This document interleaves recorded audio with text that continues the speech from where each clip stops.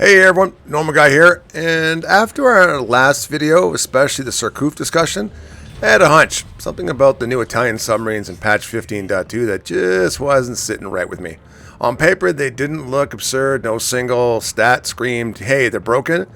But this morning I was watching Your Average Wargamer's YouTube channel, and if you don't subscribe to him, get your ass over there and click on the subscribe button and watch his videos. His content is fantastic.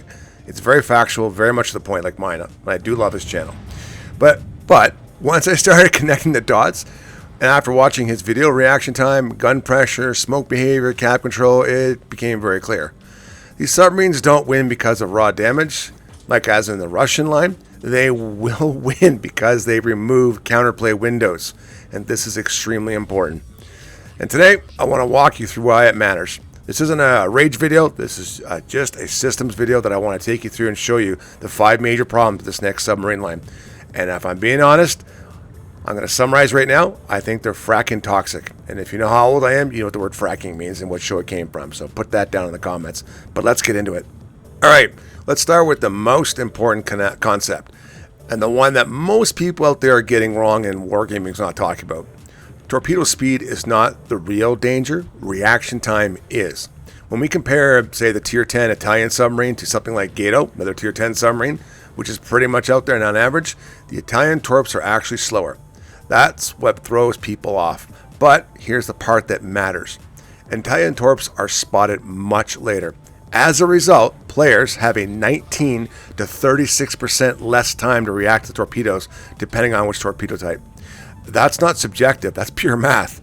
In the best case scenarios, the Gato torps will give you roughly 52 to 56 seconds from spotting to impact. The Italian Calibi torps give you 36 to 42 seconds. That's dramatic. And that's also assuming you're already pointed the right direction, you're not, mid-turn, you're not under gun pressure, and you're not contesting a cap. In real matches, that reaction window is often far, far smaller. So, through the Italian torps are slower, that's true, they feel worse to deal with because you simply see them too late.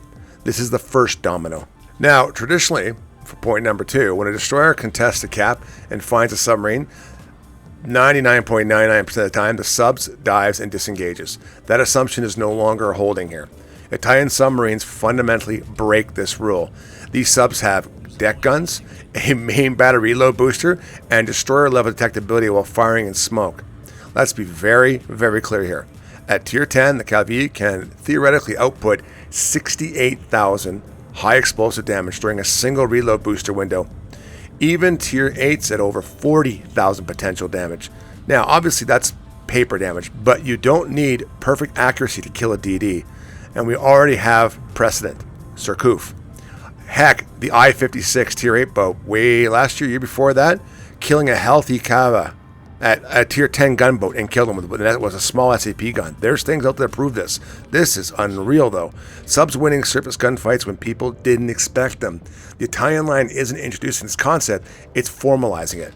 So now instead of diving away from a destroyer, the optimal play can be, why run? When I can just shoot back, like I said yesterday, Surcouf. That is a massive shift in gameplay. Point number 3, and this is where the frustration compounds. Italian submarines don't get stationary smoke. They get high-speed exhaust smoke. That matters because the sub can keep moving. The smoke hides its vectors. ASW drops become guesswork. They're already hard enough now with the little white silhouette you see on top of the water. Gunfire detectability and smoke stays up around 2.0 to 2.2 kilometers. That's DD. That's better than some DDs, if I'm being honest. So the interaction often looks like this. Subsurfaces, pops exhaust smoke, fires gun with reload booster, forces reactions, obscures position, then when the smoke is about to expire, it just dives and disengages and goes its own way, and you have no idea where it is. The surface ship never gets a clean window to punish. This isn't about one consumable being strong, it's about how these mechanics stack.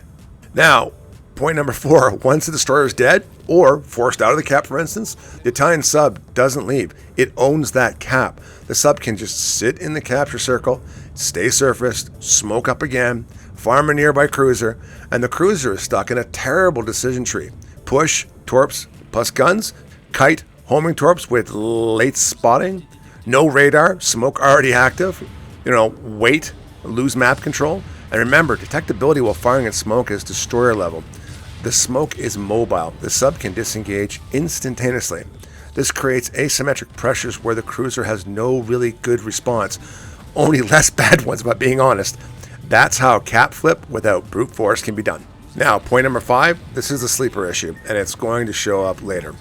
The Italian subs get 9-kilometer submarine surveillance across the line. That means an Italian sub can spot an enemy sub at long range. I think only the Germans and Russians have that, if I remember correctly.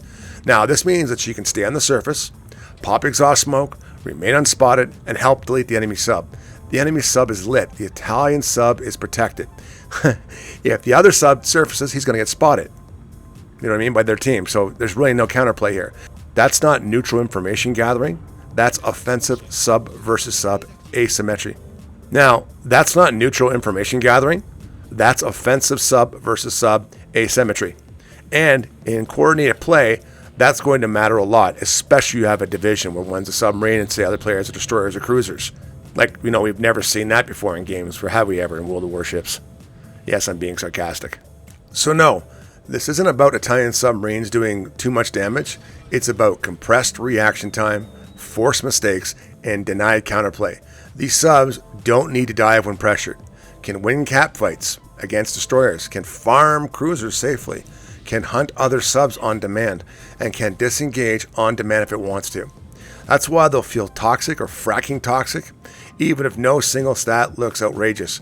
For a new sub player, they're not going to be able to unleash this, but for veteran sub players like say myself and others, this is going to become the norm. If you div up and do this with a veteran sub player, I guarantee you that combination is going to just take out entire flanks. Now, this isn't a call to panic, but it is a warning that Italian submarines change how, for instance, destroyers contest cap, how gunfights happen with destroyers, cruisers apply pressure, submarines fight each other. And if we don't talk about these kind of interactions early, we'll be stuck reacting to them later when they're in the game.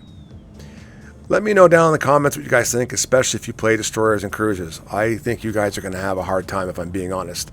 Now, if you do me a favor, please click on the videos you see on your screen for more great content from yours truly of World of Warships. Thanks for watching. I always do appreciate it. Take care, stay safe, and I wish you all the best. And of course, I'll see you in the next one. Bye for now.